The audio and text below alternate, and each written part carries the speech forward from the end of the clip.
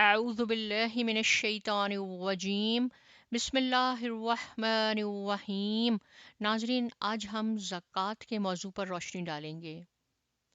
نماز کے بعد زکوٰۃ دین اسلام کا انتہائی اہم رکن ہے۔ قرآن مجید میں 82 مرتبہ اس کا حکم آیا ہے۔ زکوٰۃ نہ صرف امت محمدی صلی اللہ علیہ وآلہ وسلم پر فرض ہے، بلکہ اس سے پہلے بھی تمام امتوں پر فرض تھی۔ قرآن مجید میں اللہ تبارک و تعالیٰ نے زکوٰۃ ادا کرنے والوں کو سچے مومن قرار دیا ہے۔ سورہ انفال آیت نمبر 3 اور 4 میں اللہ تعالیٰ فرماتے ہیں الذین یقیمون الصلاة ومما رزقناہم ینفقون اولئک هم المؤمنون حقا، یعنی جو لوگ نماز قائم کرتے ہیں اور جو کچھ ہم نے انہیں دیا ہے ان میں سے خرچ کرتے ہیں، وہی سچے مومن ہیں۔ سورہ بقر آیت نمبر 277 میں فرمایا ان الذین آمنوا وعملوا الصالحات واقاموا الصلاة وآتوا الزکاة لهم اجرهم عند ربهم ولا خوف علیہم ولا هم یحزنون۔ جو لوگ ایمان لے آئے اور نیک عمل کریں اور نماز قائم کریں اور زکوٰۃ دیں، ان کا اجر بے شک ان کے رب کے پاس ہے اور ان کے لیے کسی خوف اور رنج کا موقع نہیں۔ ادائیگی زکوٰۃ گناہوں کا کفارہ اور بلندی درجات کا بہت بڑا ذریعہ ہے۔ اللہ کریم نے رسول اللہ صلی اللہ علیہ وآلہ وسلم کو حکم دیا کہ اے نبی صلی اللہ علیہ وآلہ وسلم، تم ان کے اموال سے زکوٰۃ لو تاکہ ان کو گناہوں سے پاک کرو اور ان کے درجات بلند کرو۔ سورہ توبہ آیت نمبر 103۔ زکوٰۃ ادا کرنے سے نہ صرف گناہ معاف ہوتے ہیں بلکہ اللہ تعالیٰ نے ایسے مال میں اضافہ کرنے کا بھی وعدہ رکھا ہے۔ سورہ روم میں اللہ تبارک و تعالیٰ فرماتے ہیں اور جو زکوٰۃ تم اللہ تعالیٰ کی خوشنودی حاصل کرنے کے لیے دیتے ہو، اس سے دینے والے ہی اپنے مال میں اضافہ کرتے ہیں۔ لفظ زکوٰۃ کے لغوی معنی پاکیزگی اور اضافہ کے ہیں، یعنی نشو و نما کے ہیں، جس سے یہ بات واضح ہو جاتی ہے کہ پہلے مفہوم کے مطابق اس عبادت سے انسان کا مال حلال اور پاک بنتا ہے اور نفس بھی تمام گناہوں اور برائیوں سے پاک ہو جاتا ہے۔ دوسرے مفہوم کے مطابق زکوٰۃ ادا کرنے سے نہ صرف مال میں اضافہ ہوتا ہے بلکہ اجر و ثواب میں بھی اضافہ ہوتا ہے۔ ہم سب کو اللہ تبارک و تعالیٰ نے پیدا کیا ہے، کوئی اس بات سے انکار نہیں کر سکتا اور کوئی یہ نہیں کہہ سکتا کہ ہم خود بخود اس دنیا میں آ گئے۔ ہم سب کا خالق اللہ سبحانہ تعالیٰ ہے، ہم سب کا مالک اللہ تعالیٰ ہے اور ہم سب کو رزق روزی دینے والا بھی اللہ تعالیٰ ہی ہے۔ جو کچھ بھی مال و دولت ہمارے پاس ہے وہ سب کا سب اللہ تعالیٰ کا ہے۔ اس نے وقتی طور پہ ہمیں دے رکھا ہے اور ہم سے یہ دیکھ رہا ہے کہ ہم اس کو کیسے استعمال کرتے ہیں۔ کیا اس میں اللہ کا حق، بندوں کا حق دیتے ہیں یا نہیں دیتے؟ اللہ تعالیٰ نے ہمیں کیوں پیدا کیا؟ اپنی عبادت کے لیے۔ اللہ تعالیٰ فرماتے ہیں میں نے جن و انس کو اپنی عبادت کے لیے پیدا کیا۔ عبادت کی 3 بڑی قسمیں ہوتی ہیں۔ ایک بدنی عبادت جو جسم سے کی جاتی ہے جیسے نماز، ایک مالی عبادت جیسے زکوٰۃ، مالی اور بدنی دونوں کا مجموعہ ہے حج۔ تو اس سے یہ پتہ چلتا ہے کہ زکوٰۃ ایک عبادت ہے اور ایک فریضہ بھی ہے، یعنی فرض عبادت ہے، اسلام کے ارکان میں سے ایک اہم رکن ہے۔ ایک بار حضرت جبرائیل علیہ السلام حضرت محمد مصطفیٰ صلی اللہ علیہ وآلہ وسلم کے پاس حاضر ہوئے اور آپ صلی اللہ علیہ وآلہ وسلم سے کچھ سوالات کیے۔ ان میں سے ایک سوال تھا کہ آپ صلی اللہ علیہ وآلہ وسلم مجھے اسلام کے بارے میں بتائیں۔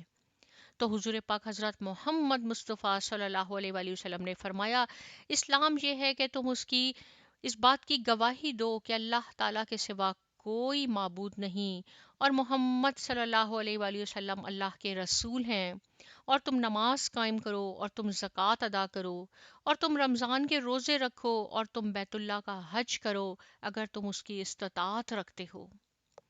تو اس سے پتہ چلتا ہے کہ زکوٰۃ ارکان اسلام میں سے ایک اہم رکن ہے، ایک عبادت ہے، ایک فریضہ ہے۔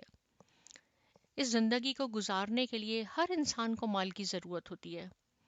کچھ ایسے لوگ ہیں جن کو اللہ سبحانہ تعالیٰ نے بہت کچھ دے رکھا ہے، ان کے لیے بہت سے وسائل پیدا کر دیے ہیں، لیکن کچھ ایسے بھی ہیں جن کو اللہ تعالیٰ نے مال کے ذریعے آزما لیا ہے اور ان کو وہ سب کچھ نہیں دیا جو دوسروں کے پاس ہے.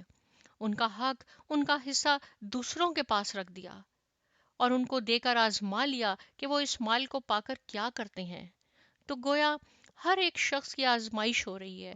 جسے ملا ہے اس کی بھی آزمائش ہے اور جس کے پاس نہیں ہے اس کی بھی آزمائش ہے. تو جس کے پاس نہیں ہے اس کے لیے اللہ تعالیٰ نے ایک فرض حق رکھ دیا ہے ان کے مال میں، جن کے پاس ایک خاص مقدار میں مال موجود ہے. کیا انسان صرف اپنی کوششوں سے بہت کچھ کما سکتا ہے، حاصل کر سکتا ہے؟ کیا صرف تمناؤں، آرزوؤں، خواہشات سے بہت کچھ حاصل کر سکتا ہے؟ نہیں. انسان کوشش کرتا ہے اور اگر اللہ سبحانہ تعالیٰ کا اذن ہوتا ہے تو انسان کو مال ملتا ہے، ورنہ بہت سے لوگ بڑی بڑی کوششوں میں سخت ناکام ہو جاتے ہیں. سب عقل ہنر رکھتے ہوئے بھی ان کے پاس وہ سب کچھ نہیں ہوتا جو وہ سمجھتے ہیں کہ وہ اپنی کوششوں سے حاصل کر لیں گے.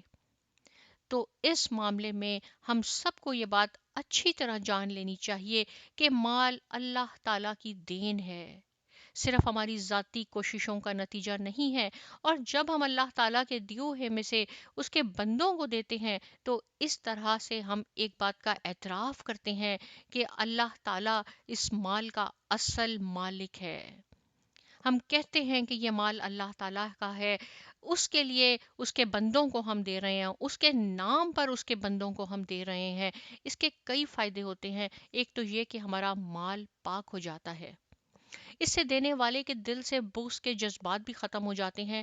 انسان کے اندر ایک بہت بڑا نقص ہے یا کمزوری کہہ لیں یا خامی ہے، وہ یہ ہے کہ دل کی تنگی.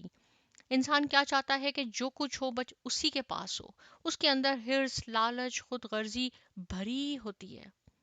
انسان کے اندر جو منفی جذبات ہیں یا برے جذبات ہیں ان کی صفائی کا ذریعہ بھی زکوٰۃ ہے. تو ایک طرف زکوٰۃ مال کو پاک کرتی ہے تو دوسری طرف انسانوں کے اندر کے کھوٹ کو نکالتی ہے، انسان کے دل کو صاف کر دیتی ہے، انسان کے نفس کو پاک کر دیتی ہے، جو کہ کامیابی کا ذریعہ ہے. اسی طرح جب انسان دیتا ہے تو اس شعور کے ساتھ کہ جو اللہ تعالیٰ نے مجھے دیا ہے میں اس کے حکم پر اللہ کے بندوں کو دے رہا ہوں. اس طرح کرنے کا فائدہ کیا ہوتا ہے؟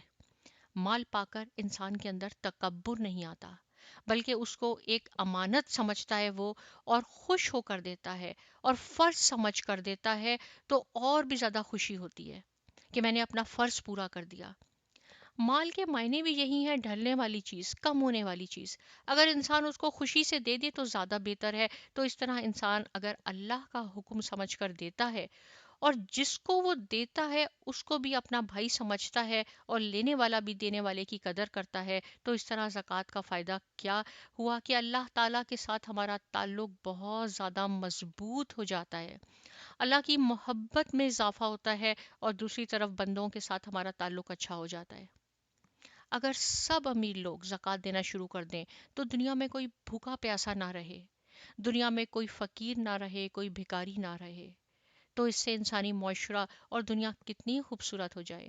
جب ہم دیکھیں کہ ہر شخص دوسرے شخص کی مدد کر رہا ہے، دوسرے کی ضرورت کا خیال رکھ رہا ہے، تو اس طرح معاشرے میں محبت کے جذبات پیدا ہوتے ہیں. اور جب ہم اللہ تعالیٰ کے حکم پر اللہ تعالیٰ کی محبت میں دیتے ہیں تو ایک عبادت کی حالت میں ہوتے ہیں. اور جب بندوں کی ضرورت پوری کرنے کے لیے دیتے ہیں اور احسان جتاتے ہوئے نہیں دیتے تو بندوں کی خدمت کر رہے ہوتے ہیں. تو جس شخص کی زندگی میں یہ دو چیزیں آ جائیں، ایک طرف وہ اللہ تعالیٰ کی عبادت کرنے والا ہو، دوسری طرف وہ دوسروں کی خدمت کرنے والا ہو، تو پھر ایسے انسان کے کیا کہنے. اس کی زندگی میں نہ کوئی غم ہوتا ہے، نہ خوف ہوتا ہے، نہ پریشانی ہوتی ہے.